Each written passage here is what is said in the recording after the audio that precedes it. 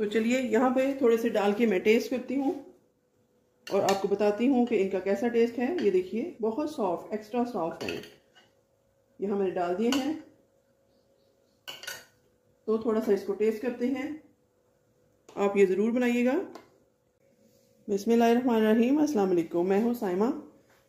तो रमज़ान की मुनासबत से एक और रेसिपी लेकर आई हूँ, बहुत ही मज़ेदार है, जो कि है भल्ले की रेसिपी। कि हम घर पर जो भल्ले किस तरह से बना सकते हैं। जो दही भल्ले हम बाज़ार से खाते हैं, एक तो वो अनहाइजेनिक होते हैं, दूसरा टेस्टी भी नहीं होते। तो घर में देखिए किस तरह से बनते हैं। यहाँ मैंने ले ली है 1 कप माश की दाल, जिसको रात को भिगो दिया था। ओवरनाइट अगर भिगोएं तो ज़्यादा अच्छी बात है। अगर आपके पास टाइम नहीं है तो आप इसको 5 से 6 घंटे भी दे सकते हैं। तो यहाँ मैं इसमें डाल देती हूँ ब्लेंडर जार में। बहुत नरम दाल हो चुकी है हमारी, और इसमें इतना ही पानी जाएगा जिसमें ये सोक की हुई थी, और पानी हम इसमें ऐड नहीं करेंगे अभी।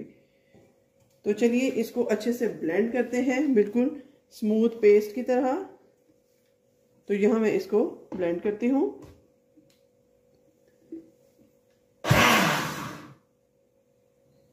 अच्छे से ब्लेंड कर लेते हैं इसको।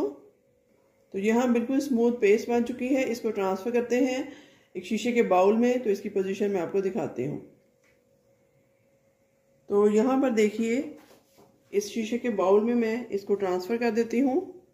बड़ी अच्छी सी स्मूथ पेस्ट बन चुकी है। आप देख सकते हैं किस कदर ज़बरदस्त बनी है। हैंड विस्कर की मदद से निकाल लेते हैं इसको।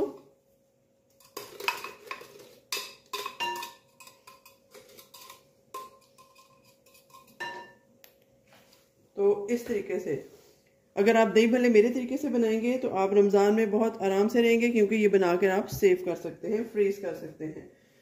तो यहाँ इस स्टेज पे कुछ लोग बेकिंग सोडा या बेकिंग पाउडर डालते हैं। मैं वो नहीं डालूँगी, क्योंकि उससे आपके जो भल्ले होंगे वो ऑयल बहुत ज़्यादा चूसेंगे और बहुत हैवी बनेंगे। तो ये देखिए कितनी अच्छी सी क्रीम तैयार हो है। ये देखिए यहाँ पर। तो यहाँ पर देखिए किस कदर अच्छी सी क्रीमी फॉर्म में आ गया है ये। अब इसमें सिर्फ ½ टीस्पून नमक ऐड करेंगे, और इसमें कुछ भी नहीं जाएगा। मैंने आपके सामने कुछ नहीं डाला।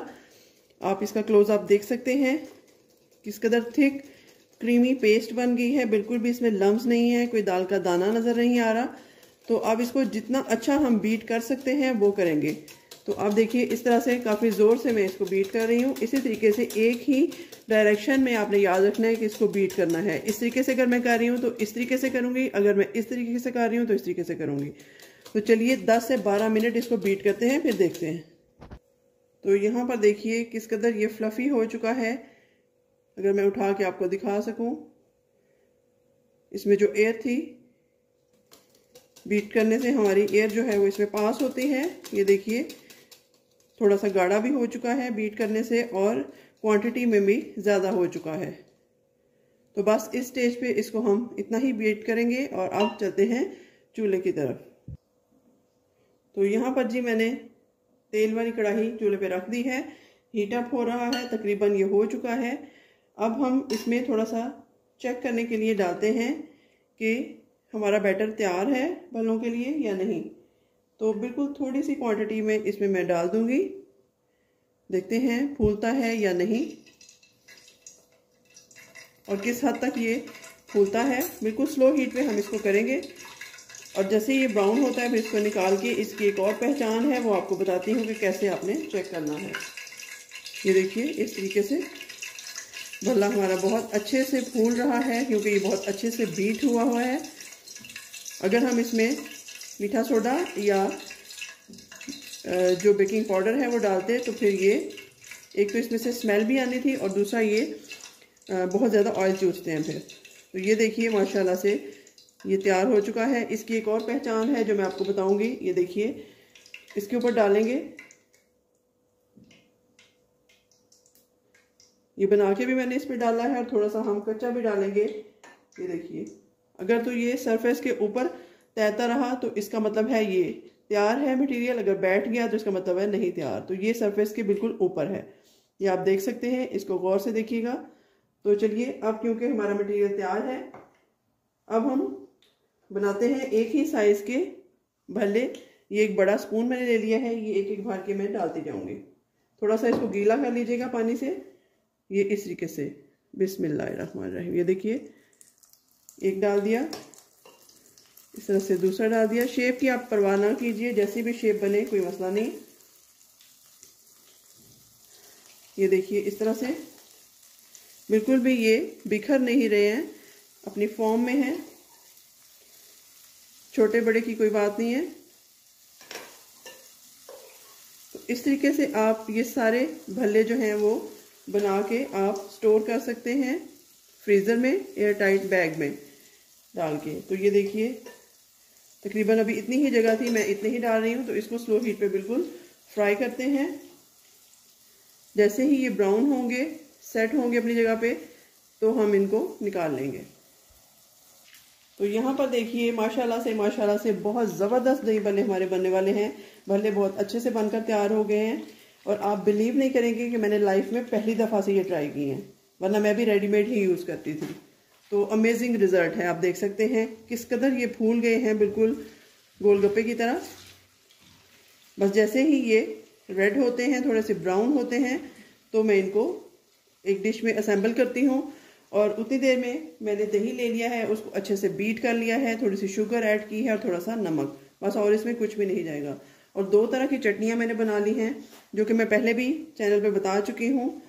सब्ज़ चटनी, धनिया, हरी मिर्चें डाली हैं उसमें, और लहसुन अदरक की पेस्ट, और दूसरी जो है वो इमली की चटनी है। ये दोनों चटनी आप बना के भी सेव कर सकते हैं और आपके रमज़ान में बेस्ट काम आने वाली हैं। तो चलिए इनको उतार के फिर असेंबल करते हैं।